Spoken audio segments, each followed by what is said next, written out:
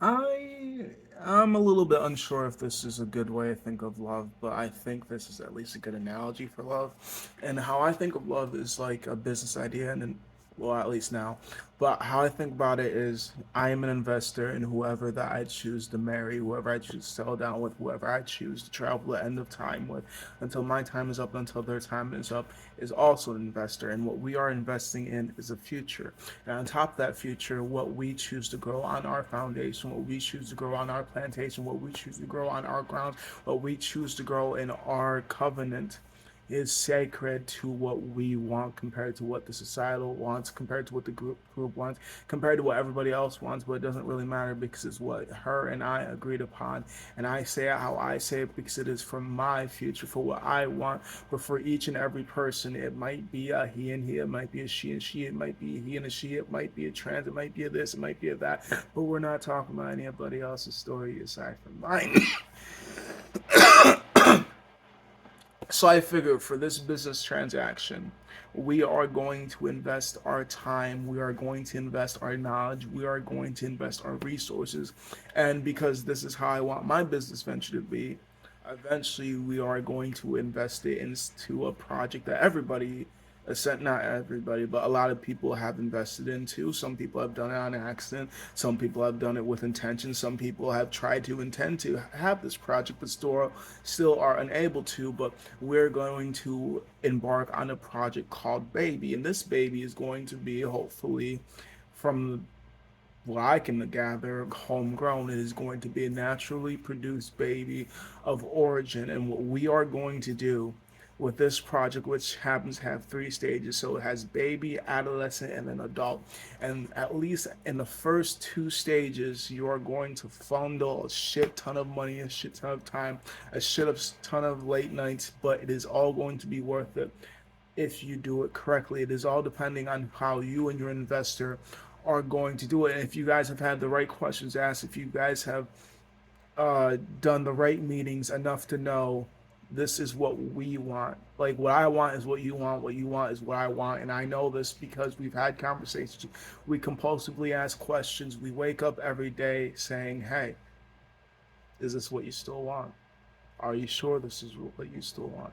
It's all right if you want things to change. It is all right if I want things to change. It is all right if we want to go in different paths as long as we choose to want to do it together. We don't have to do it apart. We can do it apart and still be together. We can do it apart and be apart. It's just where do our hearts lie?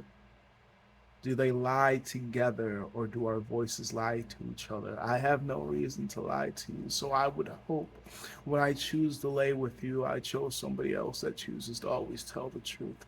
So our hearts lie together, but our souls always tell the truth. So, all the time and money put into this business, this project called Baby, three-step project that takes up to, it's a life term, but legally you're only accountable for 18 years. And within the stages, if you teach it well, if you nourish it well, if you protect it well, it could be a very, very, very profitable asset with the added dividends of always having a best friend when they grow up, always having somebody to have a couple's date with if you've taught them good emotional regulation, how to find a perfect lover for them, regardless if it is the same sex gender or an sex gender, because you grew up and taught them to be in an open, loving, caring environment. As long as they treat you well, it does not matter. As long as the ages add up perfectly, correctly, accordingly, it does not matter. As long as you guys love each other, it doesn't matter. As long as you guys aren't being begrudgingly in the relationship, as long as you guys aren't abusive, it does not matter, because you were taught by your mother, because you were taught by your father, because you were taught by the environment that we made sure was good enough for you to be around. That is our right to love one another. You have found peace, and the dividends to giving birth to you and doing this investment with the investor that I chose was always having somebody that I can trust, somebody that I can always talk to, somebody that I've taught to be a great being, somebody that I can always trust because I was the teacher and the environment I know was a safe environment for them to be in. Also, when I get old, a place to go, somebody that loves and cares for me instead of putting me in an old folks' home where they will just supposedly take care of me. Your mother and I will do right by you, right by us, right by society, but our view, not what everybody else agrees.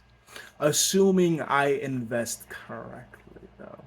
Imagine if she didn't keep her truth and honesty, somehow screwed up the contract on me. Like I thought I co-signed, but no, what? Couldn't be. He looks just like me. Oh shit, she got a type though.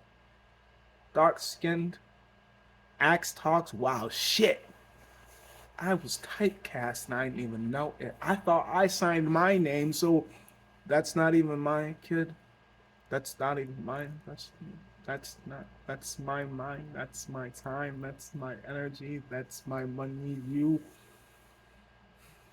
had free nights away from me as I had free nights away from you. I've had temptations, but nothing could ever tempt me to ever break anything that I vowed to you. But I guess there are things that are more appealing than me, and you didn't tell me. So much for love, loyalty, and honesty. I loved you. I was honest to you. I was loyal to you. But what about all your eyes?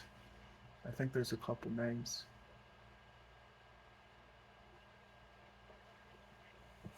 And because I am emotionally intelligent now, I am not going to do what others would have done. I am not going to do what old version of me wants to do. I'm not going to do what these voices trying to do. I am going to leave you be. I'm going to let you be free. If you want to be the feral animal, then go ahead. I spent so much time domesticating my mind so I can be family friendly for me to not be able to find a friendly inside of you. I thought incorrectly. I cannot hate the product of the mess that you created. The child that I loved